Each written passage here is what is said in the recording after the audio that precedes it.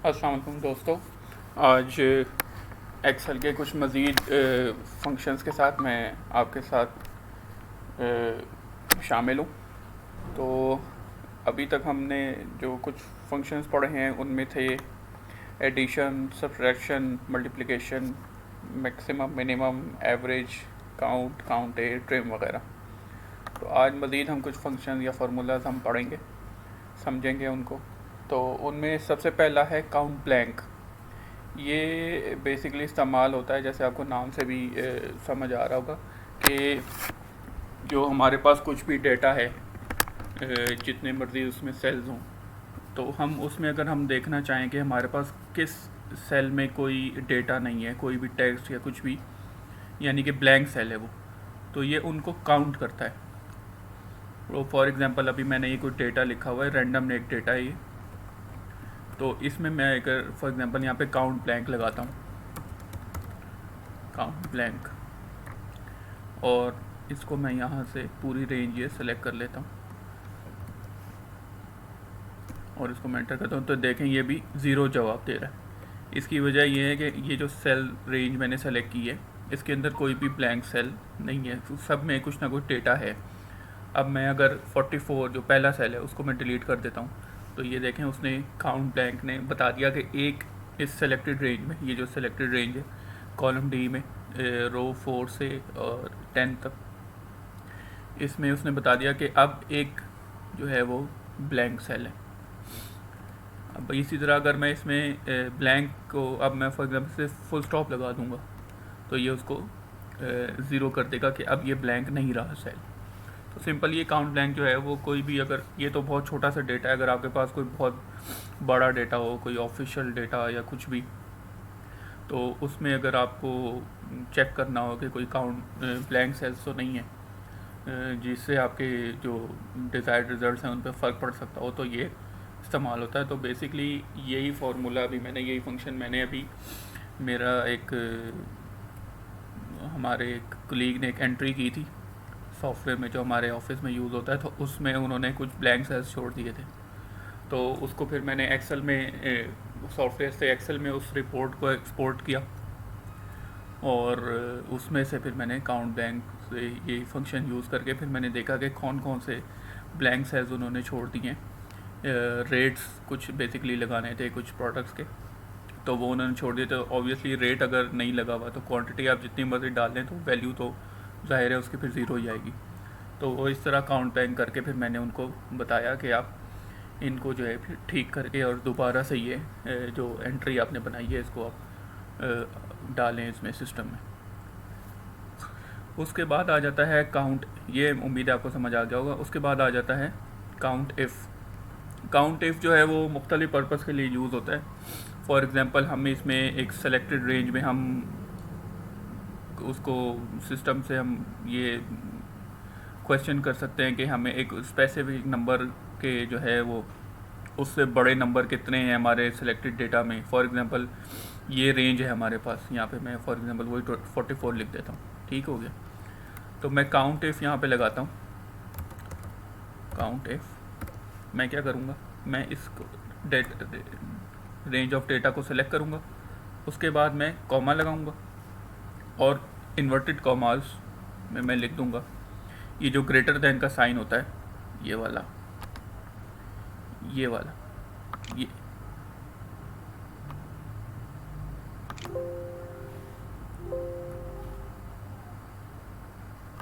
चलिए मैं यहाँ पे आपको, ये मैंने किया और मैं यहाँ पे कह देता हूँ कि मुझे वो बता दे 20, फॉर एग्ज़ाम्पल ग्रेटर दैन 50 वो बता दे।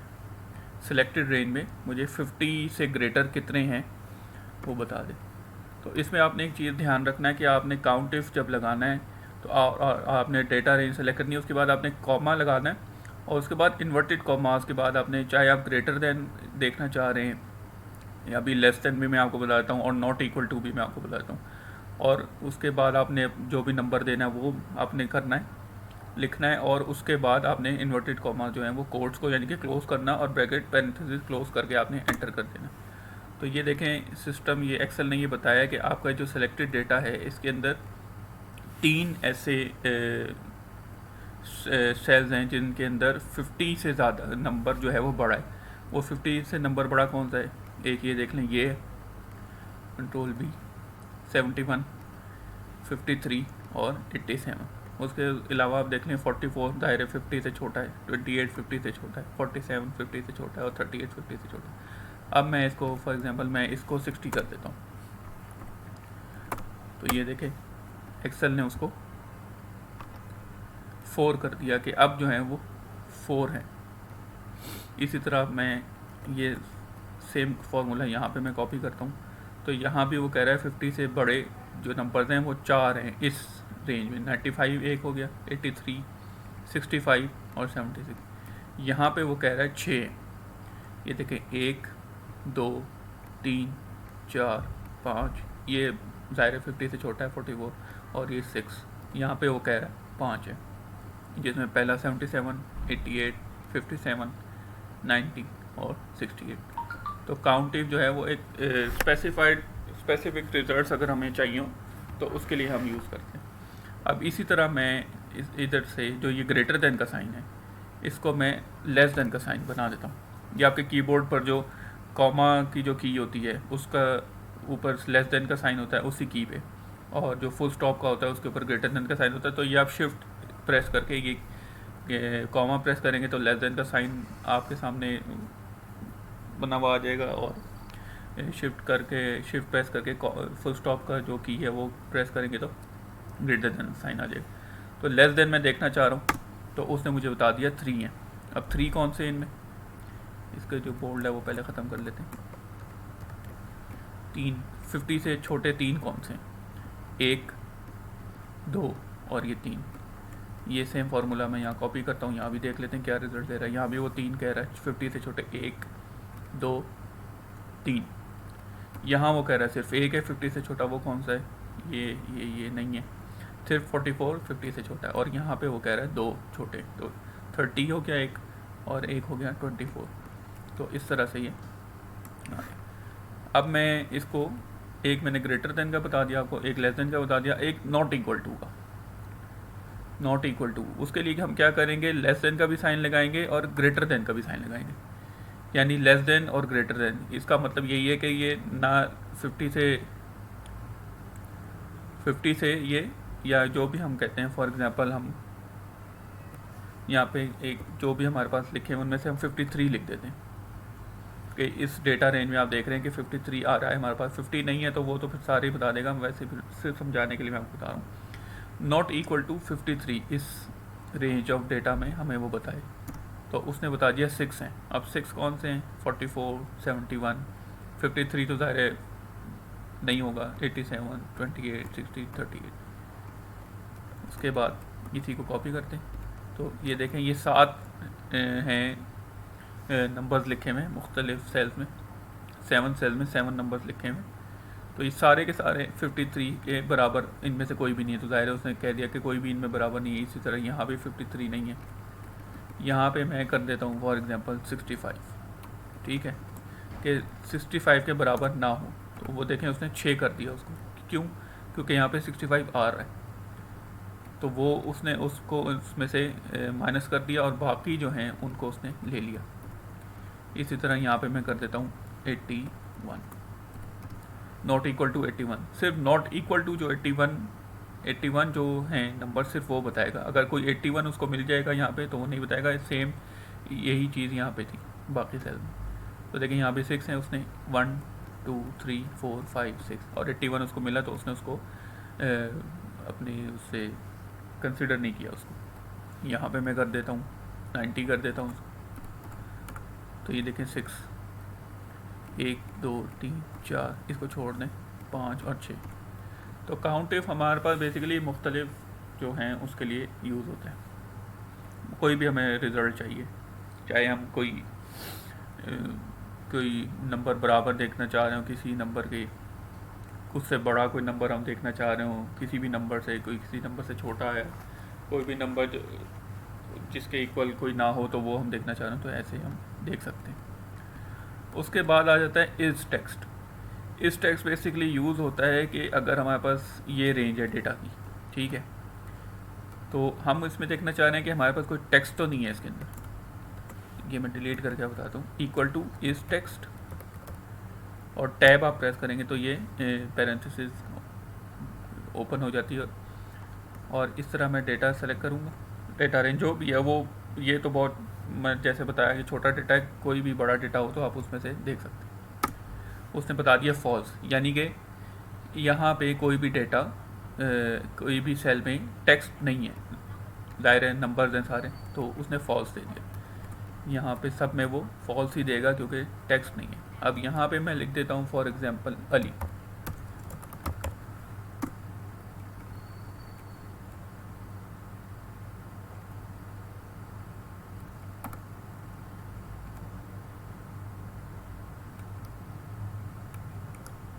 तो ये देखें उसने, अब यहाँ पे फॉर एग्जांपल मैं लिखता हूँ ए, और मैं लगाता हूँ यहाँ पे इस टेक्स्ट, तो ये देखें वो दे रहा है ट्रू कि ये टेक्स्ट है। अब मैं इसको 12 कर देता हूँ तो इसने फॉल्स कर दिया। इसमें पता नहीं क्या प्रॉब्लम आई है, तो ये इसने इसको, मैं इसको दोबारा चेक कर लेता हूँ एक दफ़ा। इसको मैं फॉर एग्जांपल ए लिखता हूँ, तो ये यहाँ पे समझ नहीं आ रही कि क्यों नहीं ठीक हो रही। खैर वो मैंने आपको बता दिया कि यहाँ पे ये मैंने आपको करके बता दिया। अगर आप उसको नहीं भी देखना चाहते तो, अगर आपको नहीं समझ आ रहा तो यहाँ पे ये मैं फॉर एग्जांपल में, तो ये देखें ये ट्रू, और अली मैंने लिख दिया यहाँ पे ट्रू हो गया, यानी कि ये टेक्स्ट ही है। और इधर मैं लिख देता हूँ फॉर एग्जांपल 90, तो ये फॉल्स हो गया कि ये अब टेक्स्ट नहीं है। यहाँ पे क्या प्रॉब्लम है ये मुझे नहीं अभी कुछ समझ आ रही। अच्छा जी, ये हो गया। उसके बाद इज़ ब्लैंक। ब्लैंक जो है, जैसे काउंट ब्लैंक था तो वो नंबर्स जितने भी काउंट करता है, ब्लैंक सेल जितने भी होते हैं उनको वो काउंट करता है। लेकिन इस ब्लैंक जो है वो मतलब उसको वेरीफाई करता है कि सेल एम्प्टी है या नहीं है। तो जैसे इस ब्लैंक मैं लिखता हूँ और मैं इसको ही सिलेक्ट कर लेता हूँ, ठीक है। तो उसने कह दिया फॉल्स, इसको मैं डिलीट कर देता हूँ, तो ये देखें ट्रू, कि उसने कह दिया ट्रू, यानी कि ये वाकई ब्लैंक है सेल। अब मैं इसमें सिर्फ सिंपल एक कॉमा डाल देता हूँ, तो ये देखें ये फॉल्स हो गया, यानी कि ये उसने कह दिया ये ब्लैंक नहीं है। यहाँ से मैं डिलीट करूँगा तो ये ट्रू हो जाएगा। अब वो कह रहा है कि ब्लैंक है। उसके बाद आ जाता है रो, तो ये मैं डाटा एक दफ़ा डिलीट कर देता हूँ। रो फाइंड करने के लिए equal to row, parenthesis open parenthesis close, तो उसने बता दिया ये 5th रो है। ये देखें ये 5th रो है, तो यहाँ पे वो रो नंबर मैंने फाइंड कर लिया। इसी तरह मैं नेक्स्ट है कॉलम नंबर, तो कॉलम के लिए मैं सेम फार्मूला लगाऊंगा। यहाँ पे मैं कॉलम लिखूंगा, पैरेंथेसिस ओपन एंड क्लोज, और उस पैरेंथेसिस के अंदर मैंने कुछ भी नहीं लिखना, सिंपल ये करूँगा। और ये देखें ये 4th कॉलम, 4th कॉलम किस तरह ए बी सी और ये डी यानी 4th कॉलम, तो उसने बता दिया कि ये 4th कॉलम है। उसके बाद आ जाता है टुडे का फॉर्मूला, कि यानी कि वो आज की डेट हमने अगर देखनी हो, equal to today, parenthesis open and close, आज की उसने डेट दे दी सिस्टम ने। इसको अगर हम, ये अब जैसे हमारे यहाँ जो नॉर्मली डेट का फॉर्मेट है वो डे मंथ और ईयर होता है, ये आ रहा है मंथ डे और ईयर। तो हम इसको चेंज अगर करना है तो हम कंट्रोल 1 प्रेस करेंगे, फॉर्मेट सेल्स का डायलॉग बॉक्स खुल जाएगा। यहाँ से हम डेट सेलेक्ट करेंगे, डेट ऑलरेडी सेलेक्ट हुई हुई है, तो हम अगर ये वाली ऑप्शन ले लेंगे, अभी ये वाली ऑप्शन सेलेक्ट हुई हुई थी बाय डिफ़ॉल्ट, तो अगर हम ये वाली ऑप्शन ले लेंगे तो हमारे पास डेट, ये देखें अब इस फॉर्मेट में आ गई। तो नॉर्मली हमारे पास इसी फॉर्मेट में हम डेट यूज़ कर रहे होते हैं, यानी कि मेरा कहने का मतलब ये है कि हम डे मंथ और ईयर के फॉर्मेट में हम यूज़ करते हैं, तो डेट इस तरह से आ जाएगी। अच्छा, उसके बाद अब आखिरी चीज़ है आज की, तो वो मैं आपको बेसिकली समझाना है। हम जैसे अब ये मैंने एक टेबल छोटा सा बनाया हुआ है, इसके हम सीरियल नंबर हम लिखना चाहते हैं, या कोई भी हम फॉर एग्जांपल हम कोई स्टूडेंट्स की शीट बना रहे हैं, या कोई भी अपना ऑफिस का काम कर रहे हैं, या कोई भी अपने किसी प्रोजेक्ट पे काम कर रहे हैं, हमने कोई टेबल बनाया है, कोई बड़ा छोटा कोई भी टेबल है, जितना मर्जी उसमें डेटा हो, हम उसमें सीरियल नंबर डालना चाह रहे हैं, तो उसके मुख्तलिफ तरीके हैं। हम फॉर एग्ज़ाम्पल यहाँ पे 1 लिखा, पहला जो हमारा सीरियल नंबर की वो होगा, उसके बाद मैंने 2 लिख दिया फॉर एग्जांपल यहाँ पे, और मैंने इसको फिर इस तरह से करके सेलेक्ट किया, और यहाँ पे ये यूँ जब मैं इसको पॉइंटर को यहाँ पे लाऊंगा तो ये प्लस का साइन बनेगा, मैं लेफ़्ट क्लिक को प्रेस करके और इसको यूँ ड्रैग करूँगा तो ये मेरा नंबर्स इस तरह से आ जाएंगे। लेकिन इसमें एक प्रॉब्लम है,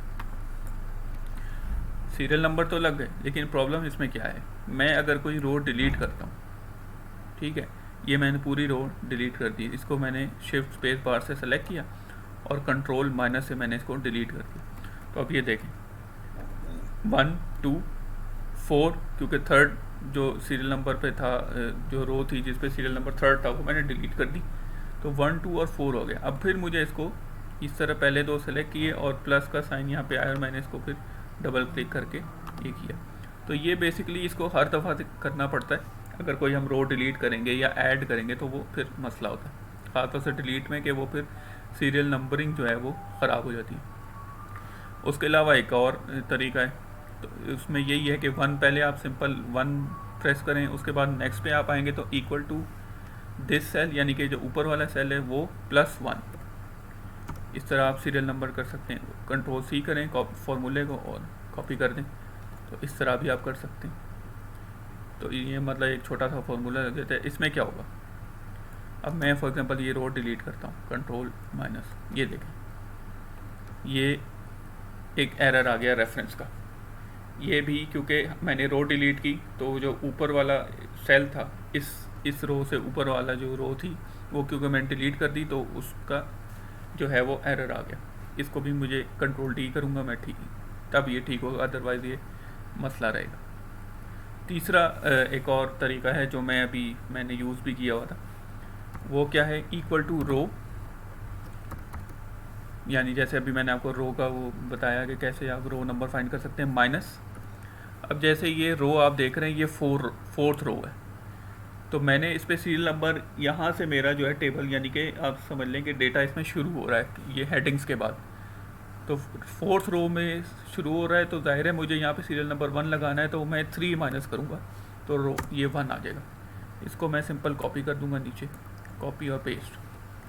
तो इससे क्या होगा, ये मैंने रो डिलीट की, अगर मैं फॉर एग्जांपल ये रो मैं डिलीट करता हूँ तो ये देखें इससे ख़त्म नहीं होता, 1 2 3 4, यानी ना इससे कोई एरर आएगा, ना इससे नंबरिंग ख़राब होगी। लेकिन ये आप यूज़ कर सकते हैं, ये बेहतर है। लेकिन इसमें भी एक प्रॉब्लम है, प्रॉब्लम ये है कि यहाँ पे अगर मैं टेबल के ऊपर कोई रो मैं माइनस कर दूँ, तो ये देखें, ये देखें ये रो, अब इसको अगर आप देखें थोड़ा सा, इसको अगर थोड़ा सा जूम कर, ये रो जो है, अब ये रो 3 आ गई है, ये रो 4 थी पहले, अब ये रो 3 आ गई। अब माइनस मैंने 3, क्योंकि वो मैनुअल मैंने वो पंच किया हुआ है, तो -3 किया हुआ है, तो ये सीरियल नंबर 0 आ गया, क्योंकि मैंने ऊपर से एक रो डिलीट कर दी।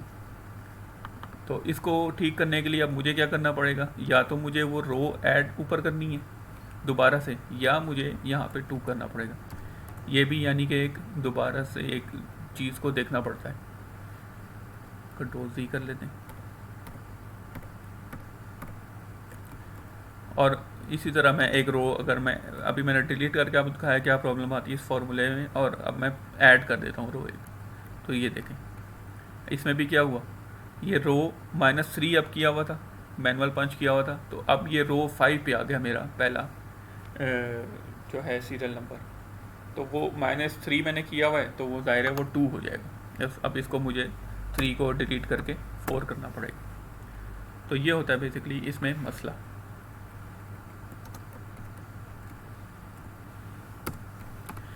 तो अब एक और इसका एक और तरीका है, मतलब 3 तरीके मैंने आपको बता दिए। एक सिंपल 1 आपने लिखा, 2 लिखा, और उसके बाद उसको यूँ इस तरह सेलेक्ट करके लेफ़्ट क्लिक से सेलेक्ट करके और आपने ये जो प्लस का साइन यहाँ पे बनता है इसको डबल क्लिक करें तो वो आपके सेल नंबर लग जाएंगे, लेकिन जब आप रो डिलीट करेंगे तो वो सेल नंबरिंग जो है वो ख़राब हो जाएगी। दूसरा मैंने आपको वो इक्वल टू प्लस, पहला 1 आपने सिंपल पंच किया, दूसरा आपने उसको इक्वल टू करके उस सेल को सेलेक्ट करके +1 किया आपने, तो इस तरह से वो लग जाएगा। उसमें भी अगर आप रो डिलीट करेंगे या ऐड करेंगे तो वो मसला आएगा। तीसरा ये रो वाला मैंने बता दिया। चौथा एक और है, वो क्या है, मैंने आपको काउंट ए का फंक्शन बताया था पिछले अपने वीडियो में। उसमें ये है कि इक्वल टू इफ़, ये हम क्या करेंगे, ये इफ़ का मैं थोड़ा सा आपको अभी बता रहा हूँ, लेकिन इसका इंशाल्लाह इफ़ की भी हम थोड़ी सी कुछ वीडियोस बनाऊंगा मैं। If this cell is equal to quotes open quotes close, इसका मतलब है कि अगर ये सेल जो है ये ब्लैंक हो, कोट्स ओपन कोट्स क्लोज और विदाउट स्पेस, इसका मतलब है कि अगर वो ब्लैंक हो तो कॉमा, यानी कि अगर B4 जो है वो ब्लैंक हो तो उसको ब्लैंक छोड़ दें, यानी कि सीरियल नंबर ना लगाएं। अदरवाइज़ कॉमा, ये कंडीशन होती है। ये देखें यहाँ पे लिखा हुआ if logical test. Logical test हमारा क्या है, if B4 is equal to, यानी कि B4 इज़ एम्प्टी, तो वैल्यू इफ़ ट्रू क्या है कि वो उसको खाली छोड़ दे, कुछ भी उसमें नंबर ना लगाए। और वैल्यू इफ़ फॉल्स क्या है, वो आपको दोबारा आप कॉमा लगाएंगे और क्या लिखेंगे, काउंट ए ब्रैकेट ओपन। अब B4 को दोबारा सेलेक्ट करें और कॉलन प्रेस करें, यानी कि जो सेमी कॉलन वाली की होती है शिफ्ट के साथ उसको प्रेस करें तो कॉलन लग जाएगा। और B4 आपने किया और ब्रैकेट एक ये बंद हुई और एक ये बंद हुई। ये देखें ये सेल लग गया। अब आप इसको आ जाएं, ये देखें इसको, बल्कि ये है कि इसको F4 करके मुझे इसको फ्रीज़ करना पड़ेगा। शायद मैंने आपको डॉलर साइन का बताया था कि सेल को हमने फ्रीज़ करना हो उसके रो और कॉलम को, तो हम डॉलर साइन यूज़ करते हैं, वो F4 से आप यूज़ कर सकते हैं। इसको फ्रीज़ मैंने इसलिए किया है क्योंकि ये देखें अभी फ्रीज़ नहीं किया था तो सब में 1 1 आ गया। फ्रीज़ करने से ये हुआ है कि अब ये देखें B4 यहाँ पे फ्रीज़ कर दिया और यहाँ पे मैंने उसको फ्रीज़ नहीं किया। उसको फ्रीज़ इसलिए नहीं किया कि यहाँ पे फिर इसकी रेंज जो है वो एक्सटेंड होती जाएगी। यहाँ पे क्या है, ये B4 से B4, यानी इसी सेल को वो सीरियल नंबर उसका लगाएगा काउंट ए के थ्रू। यहाँ पे जब वो आएगा तो B4 से B5 तक, तो वो उसने 2 काउंट कर लिए तो वो 2 लगा दिया उसने। B4 को मैंने किया हुआ है फ्रीज़, इस वजह से वो चेंज नहीं हो रहा। लेकिन जो बाद का है, वो जो कोलन के बाद है वो फ्रीज़ नहीं हुआ तो वो चेंज हो रहा है। B4 के बाद B5, इसके बाद देखें B6, यहाँ पे 3 आ गया, B7। अब यहाँ देखें, यहाँ भी फार्मूला मैंने लगाया है, लेकिन यहाँ पे उसने नंबर क्यों नहीं लिया, क्योंकि कंडीशन ये थी। मैं आपको फार्मूला थोड़ा सा F2 मैं दोबारा बताता हूँ, थोड़ा सा ये ट्रिकी सा फार्मूला। कंडीशन हमारा फार्मूला ये था कि अगर सेल जो है, जो हम सेल इफ़ ये सेल जो है अगर ये एम्प्टी हो, यानी इसके अंदर कुछ भी लिखा हुआ नहीं है, तो कॉमा वो उसको खाली छोड़ दे, कोई नंबर ना लगाए। अदरवाइज़ वो काउंट ए का फंक्शन लगा के हमने उसकी सीरियल नंबर डलवा दिया। अब मैं यहाँ पे फॉर एग्ज़ाम्पल कुछ भी लिख देता हूँ, मैं यहाँ पे लिख देता हूँ F4, तो ये देखें नंबर यहाँ पे आ गया। Ctrl+Z में किया, नंबर ख़त्म हो गया। F4 मैंने लिखा, कुछ भी मैं लिख दूँ तो यहाँ पे देखें उसने नंबर लगा दिया। अब जहाँ तक ये फार्मूला होगा लगा होगा, पूरी शीट में बेशक आप लगा लें, तो जहाँ जहाँ ब्लैंक सेल्स होंगे वो उन पे इसके जिसके साथ आपने उसको लिंक किया हुआ है, जो सेलेक्ट किया हुआ सेल आपने, अगर वो ब्लैंक सेल होगा तो वो नंबर सीरियल नंबर नहीं लगाएगा उसको, अदरवाइज़ को सीरियल नंबर वो लगाता जाएगा। अब इसमें ये है, ये मैंने यहाँ पे रो डिलीट कर दी, तो ये देखें यहाँ भी इसकी नंबरिंग चेंज नहीं हुई। इसी तरह मैं यहाँ पे ऐड कर देता हूँ, तो ये देखें यहाँ भी चेंज नहीं हुई। जबकि आपको जो इससे पीछे मैंने फार्मूला पहले बताया था, जो रो के साथ row parenthesis open parenthesis close minus जो आप मैनुअली पंच करते हैं, उसमें ये था कि अगर मैं रो ऊपर से डिलीट कर रहा था, टेबल के ऊपर कोई रो थी या मैं डिलीट कर रहा था या ऐड कर रहा था, तो उसमें प्रॉब्लम आ रही थी कि वो फिर सीरियल नंबर ख़राब होते, जबकि यहाँ पे सीरियल नंबर ख़राब नहीं होते। तो मेरा ये ख्याल है कि सीरियल नंबर लगाने के लिए 4 ऑप्शन जो मैंने आपको बताया उनमें ये सबसे बेहतर ऑप्शन। तो मैं उम्मीद करता हूँ कि ये वीडियो भी आपको पसंद आई होगी और आप ये फार्मूले भी अपने काम में अप्लाई करेंगे। और अगर आपको मेरी वीडियोस पसंद आती हैं तो इनको लाइक करें, इन वीडियोस को शेयर भी करें और मेरे चैनल को सब्सक्राइब भी करें, ताकि मैं आइंदा भी ऐसी वीडियोस में एनकरेज हूँ कि आप पसंद कर रहे हैं मेरी वीडियोस, तो मैं आइंदा भी ऐसी वीडियोस आपके साथ बना के मैं शेयर करता रहूँ, ताकि हमारी नॉलेज में इकट्ठे जो है वो इजाफ़ा हो। Thank you. अल्लाह हाफिज़।